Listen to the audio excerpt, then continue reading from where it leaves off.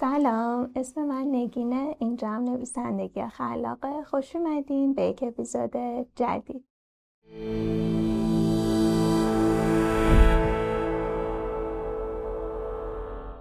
وقتی اسم آقای استفن کینگ میاد احتمالاً یاد رمان‌های ترسناک میافتیم یا شاید هم یاد داستان‌های طولانی و یا فیلمی مثل فیلم درخشش میافتیم.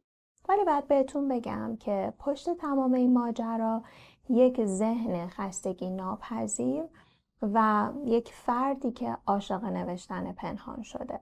امروز میخوایم چند تا درس مهم از استفن کینگ که توی سخنرانی‌ها و مصاحبه‌هاش در موردش صحبت کرده یاد بگیریم. پس با من همراه باشید. درس اول: اگر شکست خوردی میخ بزرگتری رو به دیوار بزن.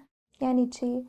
استفن کینگ وقتی که نوجوان بود با این ماشینای قدیمی تحریر تایپ میکرد داستاناشو و حالا برای ناشرین میفرستاد و هر باری که رد میشد این برگه های رد شدهش رو با میخ به دیوار میزد و یه روزی دیگه انقدر این برگه ها زیاد شده بودن و جا نبود که میاد میخ رو بزنه، میخ میفته و وای نمیسته و یک میخ بزرگتری رو برمیداره و اون رو به دیوار میکوبه، میزنه در واقع کاغذش رو.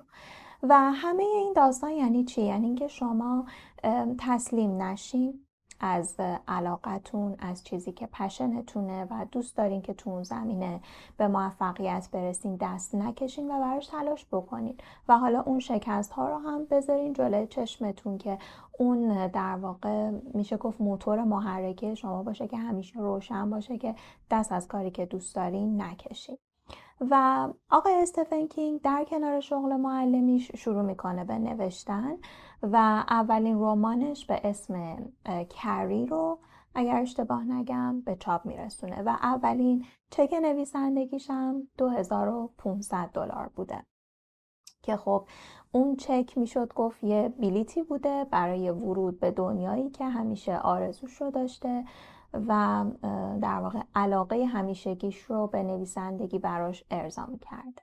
درس دوم: بنویس تا ببینی چه احساسی داری. آقای کینگ میگه که نویسنده ها کتاب می نویسن تا ببینن که راجع به دنیا و خودشون چه فکری میکنن و بر این باوره که اگر شما انتهای داستانت اون چیزی بشه که اولش بهش فکر کرده بودی، داستان بدی نوشتی. یعنی چی؟ یعنی که میگه که باید خلاقیت و ایده هایی که به ذهنت میرسه وسط راه، وسط نوشتنت رو پیاده بکنی و هیچ اشکالی نداره که مسیر داستانت عوض بشه. این کاری بوده که خودش کرده. توی کتاب درخشش در واقع تصمیم داشته که اون پسر بچه با قدرت ذهنی که داشته جذب یک هتلی بشه، ولی خب از وسطای داستان اگر خونده باشین اصلا ماجرا کلا تغییر میکنه و در واقع میگه که باید بذارین شخصیت ها خودشون در واقع خودشونو بروز بدن، خودشونو نشون بدن و به زور طرحی که تو ذهنتون هست رو سعی نکنین پیش ببرین، چون اینجوری داستانتون میشه مثل یه آدم کاغذی. این در واقع اصطلاحی بوده که خودش به کار برده. برای همین یه جمله معروف داره که میگه طرح آخرین پناه نویسنده های ضعیفه. درس سوم: شخصیت ها رو قضاوت نکن، بشناس. وقتی از آقای کینگ پرسیدن که شخصیت های داستانش رو چجوری خلق میکنه، گفتش که تو باید بذاری شخصیت هات اینطور فکر کنن که آدم های خوبی هستن. حتی آدم های تبهکار هم تو ذهن خودشون احساس قهرمانی میکنن و بر این باوره که نباید یک نگاه از بالا به پایین به شخصیت های داستانتون داشته باشین چون شما دارین اونا رو خلق میکنین. در واقع باید بشینین مشاهده کنین با تمام جزئیات که این شخصیت چیه، چه خصوصیاتی داره و چی به داستان اضافه میکنه.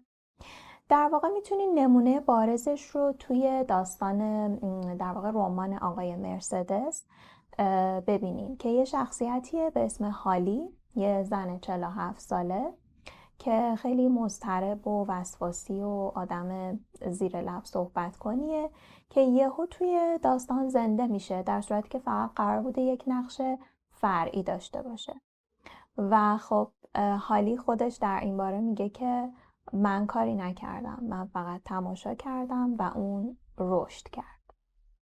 و بعد اضافه میکنه و میگه که تو باید نگاه کنی، باید ببینی که آدم ها، یعنی در واقع شخصیت های داستان، وقتی دارن غذا میخورن سرشون رو پایین انداختن، اگر مضطربن دستمال سفرهشون رو پاره کردن. تو باید ببینی که آدم ها به داستانتون دارن زندگی میبخشن.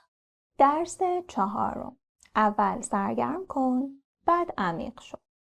آقای کینگ میگه که اولین حقی که هر خواننده‌ای داره اینه که از خوندن اون داستان لذت. در واقع میگه اگر داری روی داستانی کار میکنی که میخوای خیلی توش عمیق بشی و یک مثلا مسائل اجتماعی و انسانی رو بگی، اول سرگرم کننده باشه، بعد عمیقش بود. در واقع یک مثالی هم خودش میزنه از رمان خوشه های خشم اشتاینبک که میگه این کتاب اولش در واقع یک کتابی بود راجع به خانواده یا فرهنگ جودها و خب از دل یک داستانی که در واقع سرگرم کننده بود مسائل اجتماعی کشیده شد بیرون. یه جمله با مزه هم داره که میگه من دوست دارم کتابم مزه خوبی بده، که وقتی خواننده میخونه براش خوشمزه و لذت بخش باشه. درس آخر و درس 5 میگه زیاد بخون، زیاد بنویس. در واقع کینگ بر این باوره که وقتی ازش پرسیدن که چطور میشه یک نویسنده شد و نویسندگی رو شروع کرد، میگه که شما باید بنویسی، باید هر روز بنویسی و باید خیلی کتاب بخونی. و بر این باوره که اگر میگی من وقت کتاب خوندن ندارم پس نویسندم، نمیخوای نویسندم بشی دیگه. و میگه که سعی کنین همیشه یک کتابی کنار دستتون، جلوی تلویزیون، جای گوشی، هر چیزی، مثلا به جای اسکرول کردن، به جای تلویزیون دیدن یا هر کار دیگه ای که دارین، اون کتاب رو جلوی دستتون، جلوی چشمتون بذارین و بخونین. هر روز یک چند صفحه‌ای بخونین و نویسندگی رو تمرین بکنین. بر این باوره که نویسندگی مثل یک ورزش میمونه برای عضله‌های مغز ما که تمرین میده که در واقع رشد پیدا کنن، خلاقیت ما رشد پیدا میکنه و خب اطلاعات ما با خوندن میره بالاتر راجع به نویسندگی و خب خیلی روونتر میتونیم بنویسیم. و در نهایت اضافه میکنه که همه ما کارآموزیم در حرفه‌ای که هیچکس توش استاد نمیشه. از اون پسر نوجوان که برگه های رد شدش رو با میخ میزد به دیوار، رسیدیم به نویسنده‌ای که تا به حال 60 تا رمان موفق و خواندنی داشته. استیون کینگ میگه من هنوزم می نویسم و در واقع نوشتن فقط یک شغل نیست، یه جورایی دونستن خودت و شناختن اطرافت و دنیاست. و شاید مهمترین درسش هم همین بوده که میگه بنویس تا دنیا رو بهتر ببین. مرسی که تا اینجای اپیزود با من همراه بودین. امیدوارم که لذت برده باشین. دوستتون دارم. تا اپیزود بعدی، خداحافظ.